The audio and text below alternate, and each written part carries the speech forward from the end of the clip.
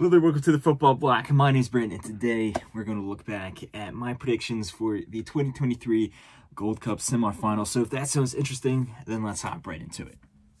One step beyond.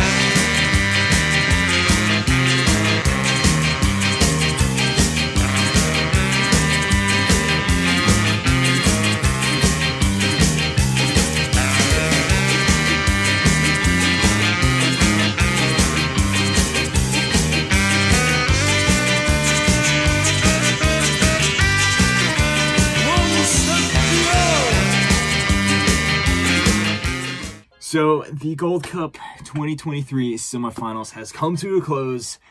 Unfortunately, my team, the U.S., has been eliminated. We are not going to make it to the final. But let's look back at each of these two games and see exactly what happened, give a brief analysis of each match, and then also look back at my predictions from my last video and see how accurate I was. So, let's start off with the first match, and that was the U.S. going up against Panama.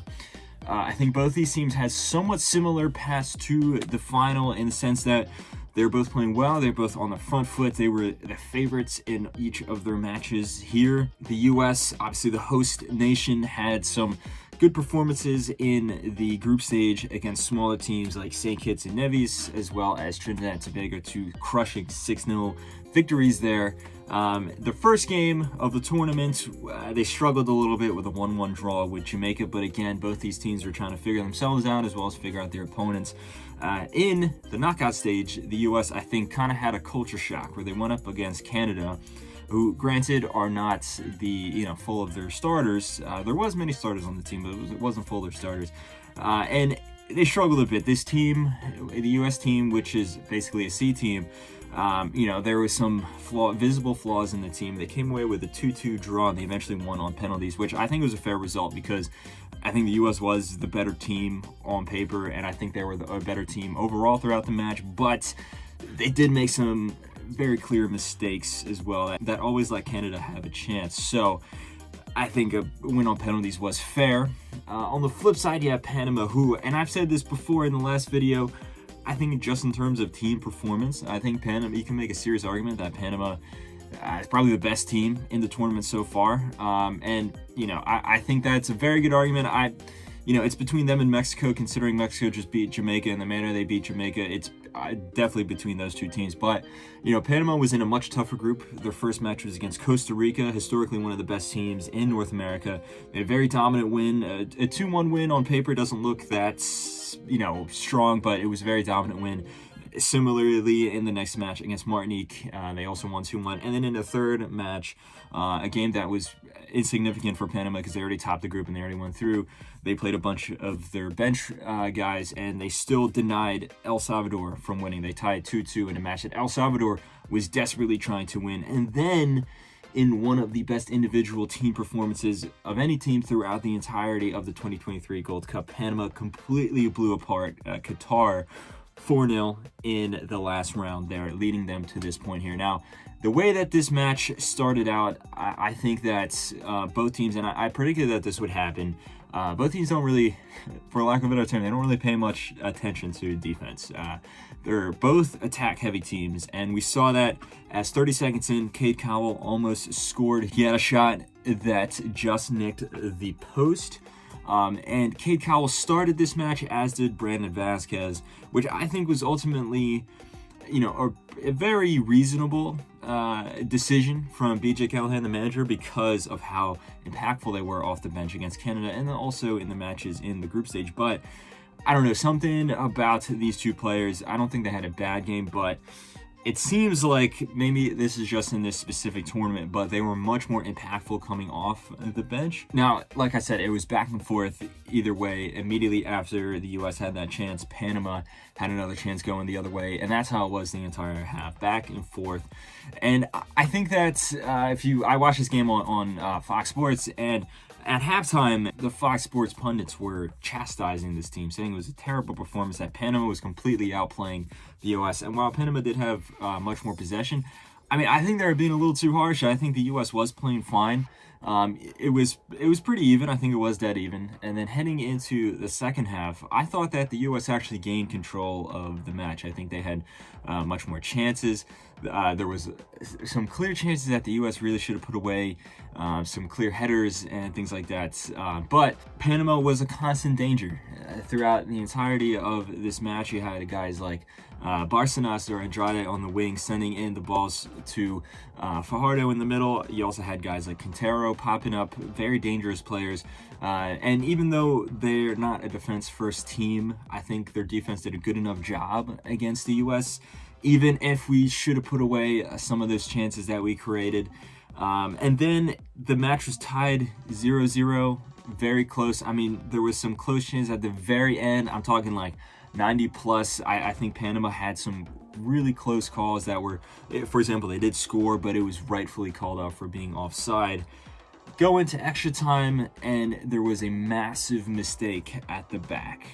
The ball, was kind of bouncing around. Some of the U.S. defenders pushed up throughout the entirety of the match. We were playing a really high line, which I think was an awful decision, because there was numerous times where Matt Turner had to come out of goal. This time, though, it looked like they were trying to play an offside trap, but Matt Miazga and even DeAndre Yedlin were playing on the Panamanian substitute, Anderson, who actually, fun fact, had to come into the team because there was an injury, and then there's a rule in the Gold Cup that if one of your guys get injured, a new player can come in. So he didn't even play in the group stage. He came off the bench here.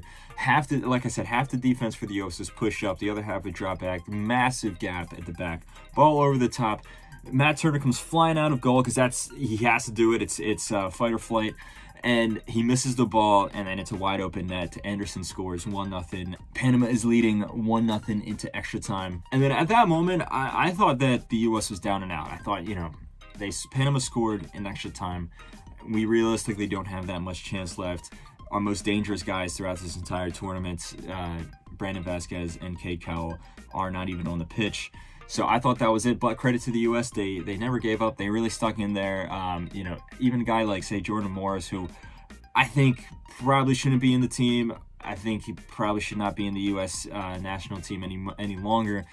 He did have some impact on this match. For example, there was a situation towards the very end of the first half extra time where the ball came flying over the top.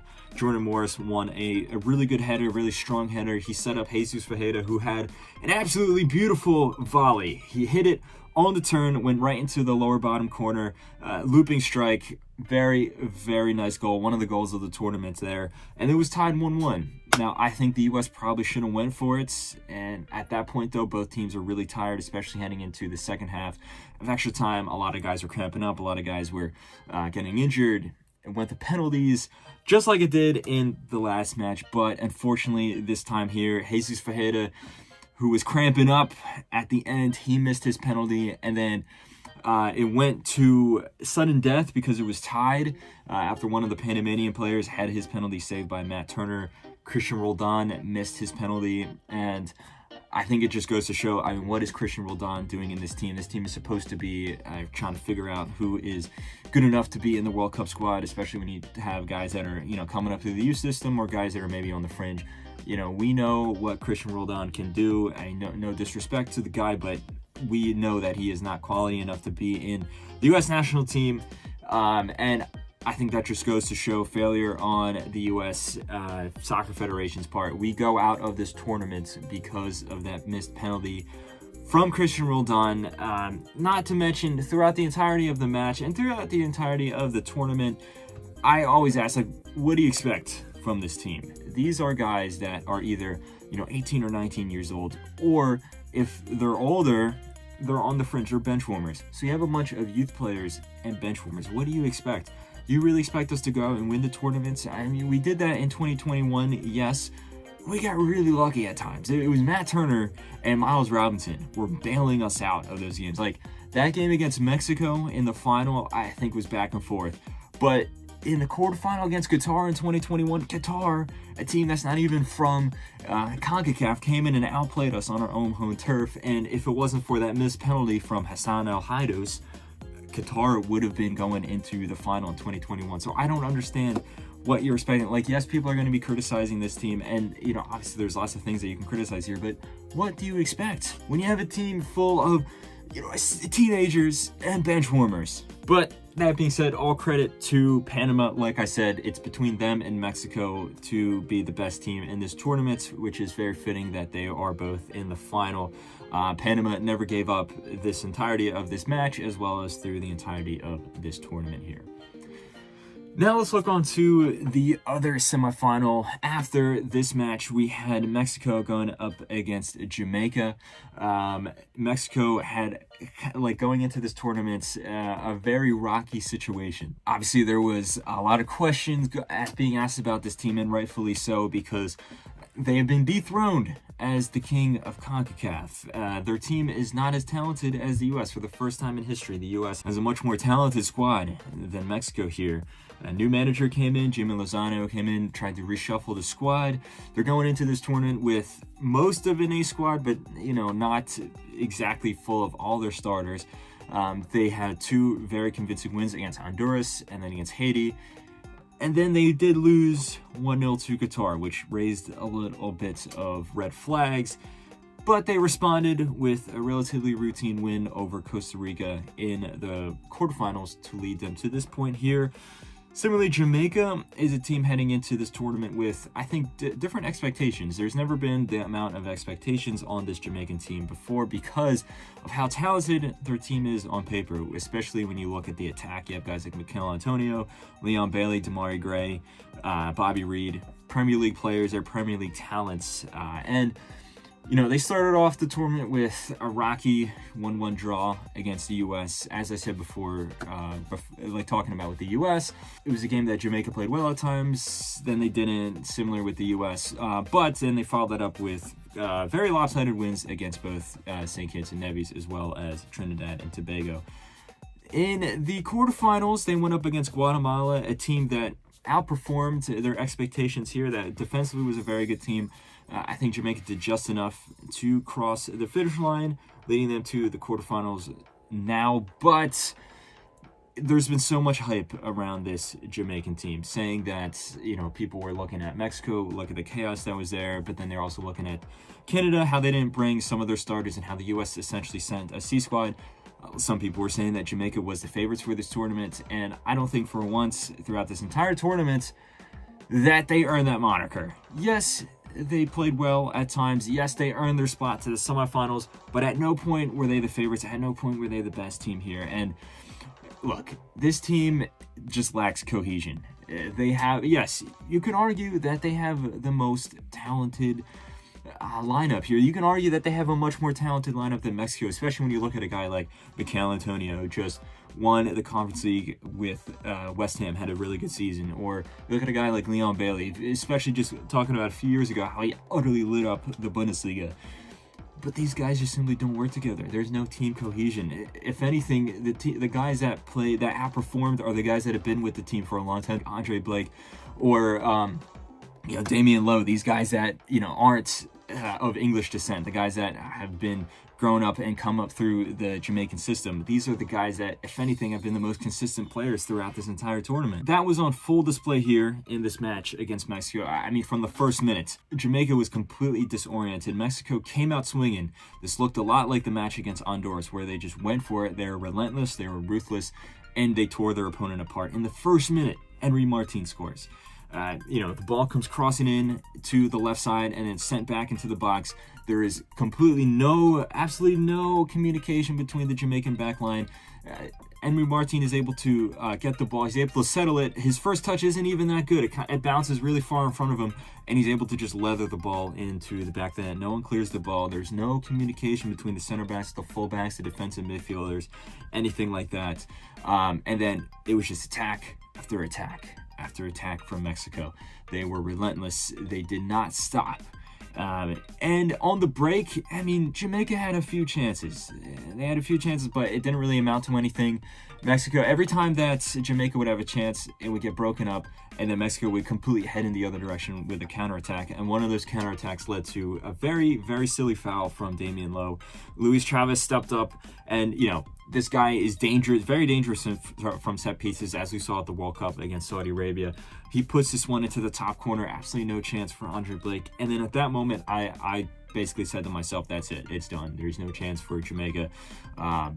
Mexico is running all over this defense. They already got a 2-goal lead in the 30th minute. There's no chance for Jamaica at all. Into the second half, Jamaica put up a fight. I will say that, it was a valiant effort from them. They did try to go for it. They tried to, gain some type of a foothold in this match. And they had a few chances here and there. Like, Mikel Antonio had a shot from far out. He had a cross that almost was met by Leon Bailey. But that's pretty much it. There was a few other shots here and there. And Mexico is not the best defensively. They will give up a lot of chances, as good as they can be going forward. This team is a bit chaotic. It's a bit erratic at times. They do leave themselves open. And defensively, Jamaica was not really able to capitalize on that. And that is not good enough. When you have these 4 Premier League players that everyone's been talking so much about, saying that they are the best team in CONCACAF, that's not good enough. If you can just kind of trouble Ochoa. That is not good enough. They should be scoring these chances. They should be, toying around with this Mexican defense, which I've said before many times throughout these videos, I don't really think is all that good. And yet, they never really did. And the match just went on from there. Mexico grinded down. Jamaica, they tired out their opponents, and then they grabbed a goal on the breakaway to make it 3-0 in the, I believe it was the 80th minute or something like that.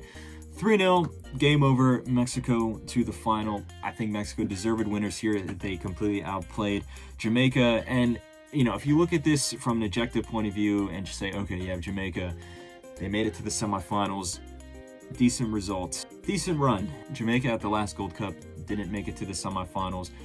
The previous Gold Cups, they've made it semifinals. So it's, kind of average result here. But when you add on all the expectations that they had, this is very disappointing, and I'm not sure how far they can go from here if they don't build that cohesion. They need to actually have a team mentality here. But regardless, Mexico versus Panama in the final, and as I said before, I think that is very fitting. As for my predictions, I said that the U.S. would win against Panama 2-1. I thought that it was going to be a very close match, very open, which ultimately is what happened. I thought that Fajeda would score, which he did. I thought that he would be opening the scoring, and then I thought Fajardo would score an equalizer for Brandon Vazquez to take the winner in extra time. Obviously, it did go to extra time. Like I said, Fajeda did score, but I got the wrong team going through. I really thought the U.S. was going to pull through because this is U.S. in the Gold Cup we're talking about. We're the home team. We're the defending champions of both the Gold Cup and the past 2 Nations League. But ultimately, I was wrong. I think Panama did deserve to go through ultimately if you look at just how they performed throughout this entirety of this tournament.